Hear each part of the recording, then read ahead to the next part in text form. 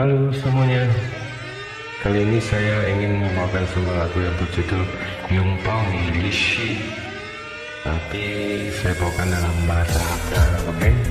Semoga terhibur ya.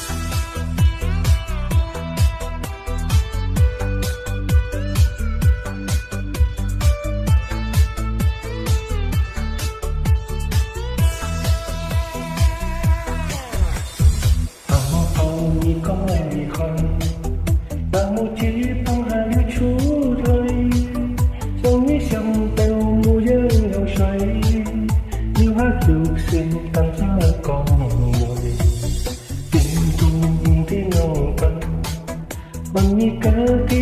selampian là cái xin ra kita jangan mau suy bản sao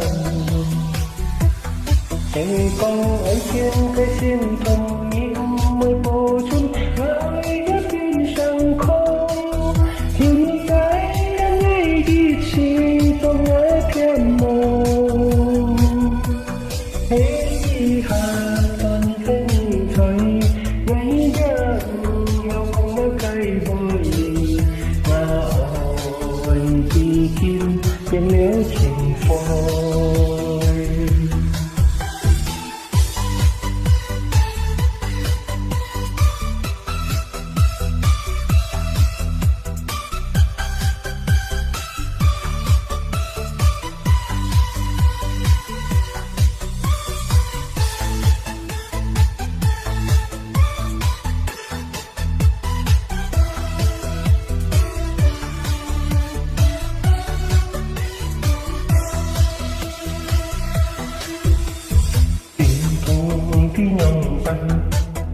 Menikah dalam sesiampian là cái xin đã kita jangan mau suy bản sao em không nói xin cái xin thong nhiên mới bồ chung lại đã biến sang không khi thấy cái này ghi chỉ tôi thiên môn thế khi hàng tôi cái nhìn thấy ấy ra theo con mắt thay đời người đi khơi ta cứu lối hay con ấy trên cái xin thần nghiêm mới bồ chung ai đã biến sang không thiếu như trái cái ngày kia chỉ trong ở thiên môn thế khi hà con cái nhìn thấy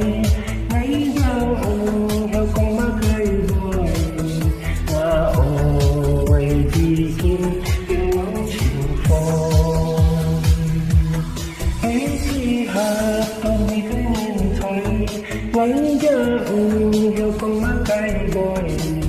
mà ôi đi kim tiếng nói chịu phôi.